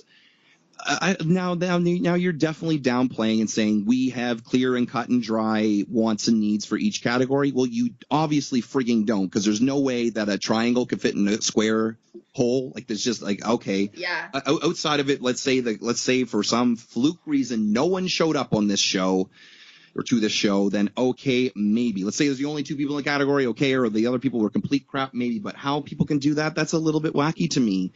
Or the only good thing that's good at is that if you don't really know where you would fit in, do it. Because then, like, let's say you place 8th in one and 2nd in the other, well, then you're definitely more of a second competitor, right? Yeah. Yeah.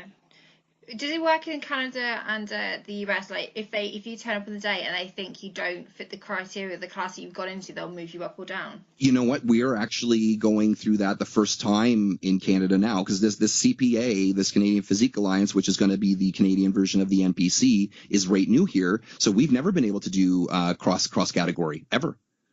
You've been forced to pick one, and that's it. Like, you can do masters, of course, but we've never been able to. So I will let you know, because I don't know if they're going to do anything, if they're going to allow you to compete in every frigging class, or you're allowed to compete in 2. We don't know yet. Oh, I mean, like, say, like, I don't know, say someone turns up and they're going in for, I don't know, classic bodybuilding. No, they will tell you, or they will let you do whatever the heck you want, for sure. And to me, oh yeah, and so to me, I really, really hope the only people that show up like that are coachless. Because if someone shows up with a coach and they say, no, you're a bikini girl, and they're clearly a women's physique girl, that guy or girl's a coach, sounds good. You've done market research. Like, just, it's yeah, like, it's like, no, come and, like, that should happen. I think so, but it's one of those things. And I've had a couple girls that have done one last show in a sense of that they're starting to get a little bit more muscular in a sense of, and they were bikini and they've done well in bikini, and then maybe their placing went down or it stayed the same. And I've had to be, a good real coach and say, listen, it's got to be figure. And then I've also had a couple times where I haven't said that and they've placed poorly and been really upset about it. And so that gave me my inkling to now always say, I think you should do this. If you still want to do this and I have said my piece, that is fine and dandy. However, and I will give my reasons, like let's say it's limb length, let's say it's legs, let's say it's glutes, or whatever, let's say it's shoulders. This is reasons why I need to say this to you, because I feel like I'm your friend or whatever now, da-da-da. So it has to happen. But I like that. It's cool. Yeah, because that's in the PCA, they're very much like, if you're only allowed to go for one category, but if you turn up and they don't think you fit the category, they'll move you. That's crazy. Yeah. And they'll move you again, even in the British finals. Say you've got first place in your bikini toned, for example, and you turn up in the finals, and they don't think that you suit toned, they'll move you up to trained. Even if you've qualified as a bikini toned girl, if they get to the finals and they think, no, you're in the wrong category, they'll move you up. Oh, wow. That's crazy. That's really neat. Yeah, definitely different. Yeah. And I think I don't know, in some ways, obviously, it's hard if you are borderline, because sometimes if they can make the wrong call. But again, that's the joys of bodybuilding anyway. Like, you never know, one day they want abs, the next thing they want quad. So yeah, it's just one of those, isn't it? Yes, yeah, it is. It's a rotating world on that. I know Bikini has seen it the most in Canada in terms of what they want. Like, I will say that every single year they will put out saying, we're tone downing the looks of, and they always mention every frigging category. We are toning down the looks. We are toning down the looks. We want them less muscular, this, and they never seem to really reward it. I want to say 1 year at the provincial level here in Alberta, they seem to do it, and then the national level, it was right back to razor hard. So it's like, okay, and then or it could, your top 5 could even be like a grab bag, just a mixed bag of one girl could be super lean with abs, next girl could just have a better shape with no abs. And it's like, I agree with you. Like, and I try not to get too frustrated at this, because I know I would go down that black hole. But you do have to play by the rules, or complain or get off the pot. And I kind of really pay attention to not only people, but to coaches that's so caught up on that. Or you may have I'll ask you a question. Do you see over there coaches that have their girls show up looking like crap and say, oh, well, they changed the judging criteria, or, oh, the judging is. Do you see that? Blaming the judging for like solely when the client did not look ready and wasn't going to place anyway? It's interesting you say that. From what I've seen, you don't hear the coaches say much. It's very subtle. It must be the same in the US and Canada, but I normally see it from the competitor more than the coach themselves. Or they'll put something on their Instagram story and then they'll delete it very, very quickly after, because they've obviously got in a rage, put it on their Instagram. They're like, oh shit, I need to take that out, just, because they know what, trying to protect their own reputation in that sense. So yeah, I think it's probably a mix. I haven't noticed it, but I don't think I've been looking for it, if you know what I mean. But I do remember seeing a few PCA things and UK BFF competitors, like they put posts up, they put the Instagram stories out, because I think the UK BFF Bikini British finals last year, there was a lot of kind of controversy, facings and that sort of thing. But yeah, I don't know. I think it's definitely a mixture. So yeah, because what they'll do is that, because like I think the coach will know that they screwed up or whatever, or there's no other way outside of, unless the client literally did not follow the plan, then in my opinion, why the heck are you letting the client get on stage? I know letting's a very strong, like, controlling term, but why are you letting them, or so not having the chat with them saying, hey, something's up. We should pick the next one or something, right? And that chat should be had maybe 2 weeks out, outside of a rabbit out of a hat. But yeah, kind of what I'm saying is that these coaches will know that, and then they'll blame the judges, trying to manipulate the client into going, oh yeah, it was the judges, it wasn't me. Whereas the smart clients will go, no, I picked the wrong horse trainer, in a sense, right? Like, and so that's where I'm going, because and these coaches, they will even take to social media and blast the organization and say the judging was crap, my girl should have won, and they will go that far, because that's how, I want to say, weak they are, in a sense. Like, of course, I don't ever want to admit when I screw up, but if I don't, like, then there goes my integrity, there goes Marty's 10-year career. It's just, it's so silly to hear that. Like, I do know, and I do get when the judges do flip-flop.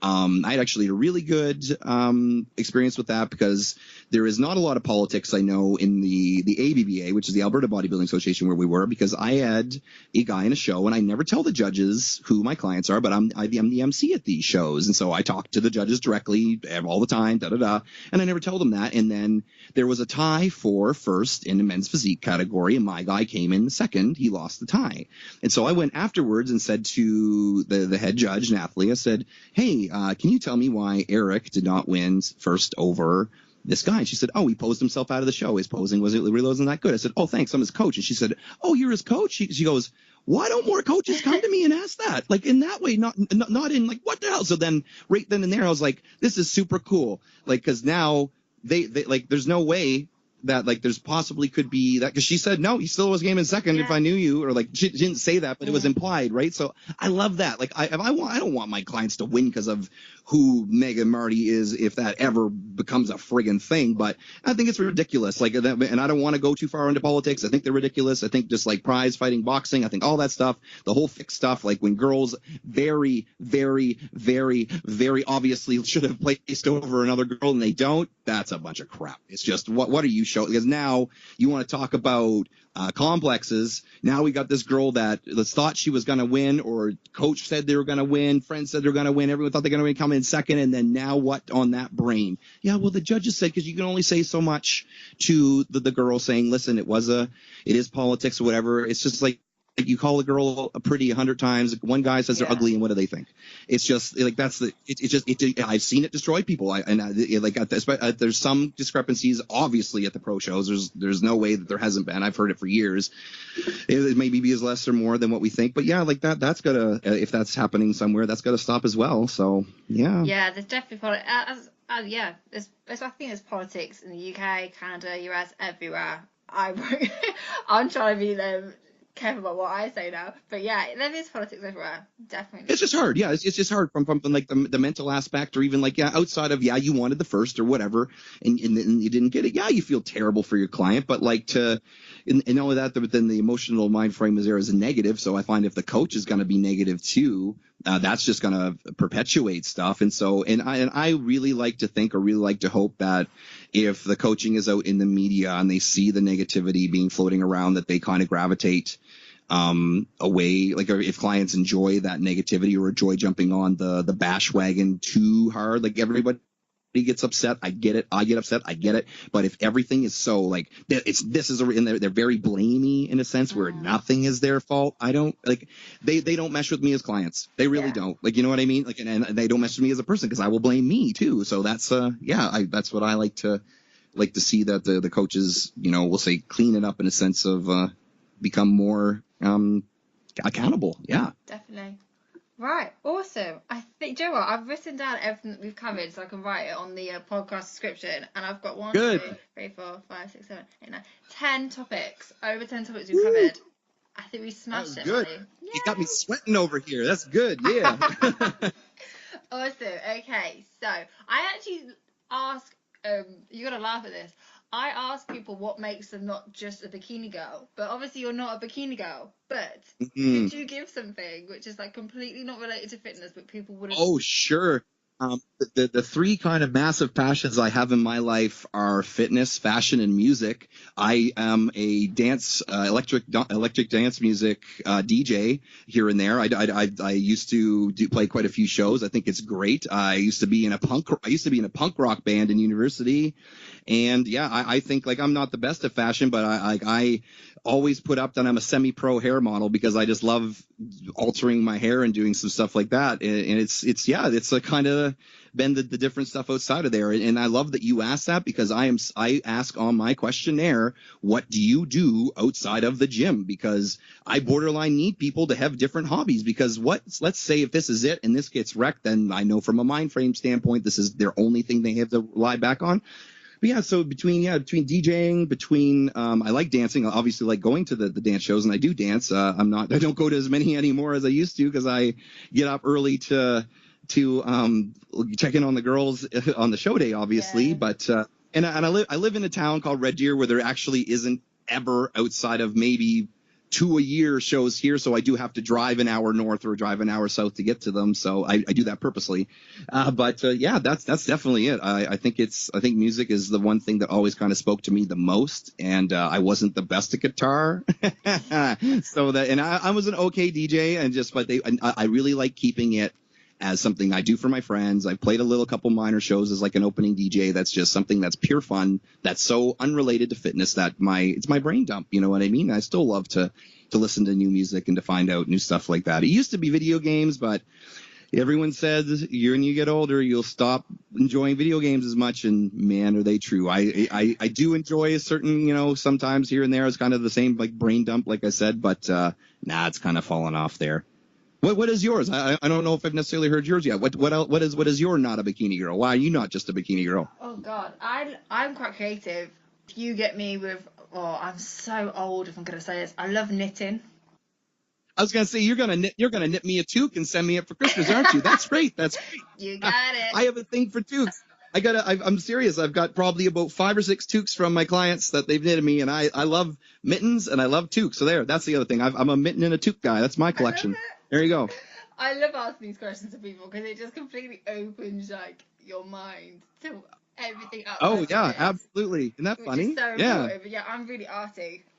Before fitness, I do a lot of like abstract art. I do knitting. I do painting if I get the chance, photography, that sort of thing. Before fitness, it was art. I was actually going to be. Well, I wanted to work in an art gallery when I was at uni. No way. That's super cool. Yeah. Yeah, that's pretty much, I guess, what makes me not just a bikini girl. So, Cool. I think we're wrapping up there. Where can people find you if they want to ask you any questions about this podcast? Absolutely. Yeah. I've been on 2 podcasts now that you obviously know about, which is Joe's on the Optimal Physique podcast. I was on Beast Fitness Radio. And I will say it here that I have one of my own in development because I enjoy them. And so it's going to be released, I hope, really soon. I'm waiting on the website and some iTunes approval stuff. But so that's where I've been ghosting my energy to. I think we have 7 or 8 recorded, and it's going to be a fun ride. I just can't wait to get out a lot of what I have to say in terms of experience and mindset. I don't think people have really That's why I love it. You were one of those big inspirations for me, for sure, is that I don't think enough people are bridging mind frame with body frame, we'll say, and that they seem to have podcasts about mind frame. They seem to have podcasts about body, or if they have anything that's kind of linking them together, it's not with a weights for we'll say weights resistance training or we'll say bodybuilding perspective to it. So I think it's going to be a fun ride, because I have enough people that I want to write out so much stuff to, and I can say, you know what, this is going to be on this podcast. So that's going to be really cool. Nice. So where can they find you for now then, until that podcast goes live? Instagram at Mega Marty Coach, because I put that out there first. All the words are together. That's where I'm active the most right now. I really enjoy Instagram. I am at Mega Marty Nutrition on Facebook, and then my email is just marty@megamarty.com. Awesome. And you were made for podcasting, like, definitely. You've got a voice for podcasting. Thank you. Yeah, like, and I've already been joking. I put it up there, like, oh, he's got the voice for podcasts. Like, you get, like, it's just like they're making fun of like my wacky hair and stuff. I'm like, yeah, you got it. That's right. Face for podcast. So yeah, no, I love them. I think it's enjoyable as heck. I talk a lot, so if anyone wants to listen to it, that's on them. Yeah, if you've got this far, guys, well done. Yeah, that's right. Congratulations. We'll email you a toque as well. Just slip us your address. Email you a picture of a toque. Honestly, the amount of times this podcast I've tried not to laugh, like, it's just been too much. Thank you so much. And thanks to everyone for watching or for listening. If you haven't subscribed, then please do. And yeah, see you guys next one.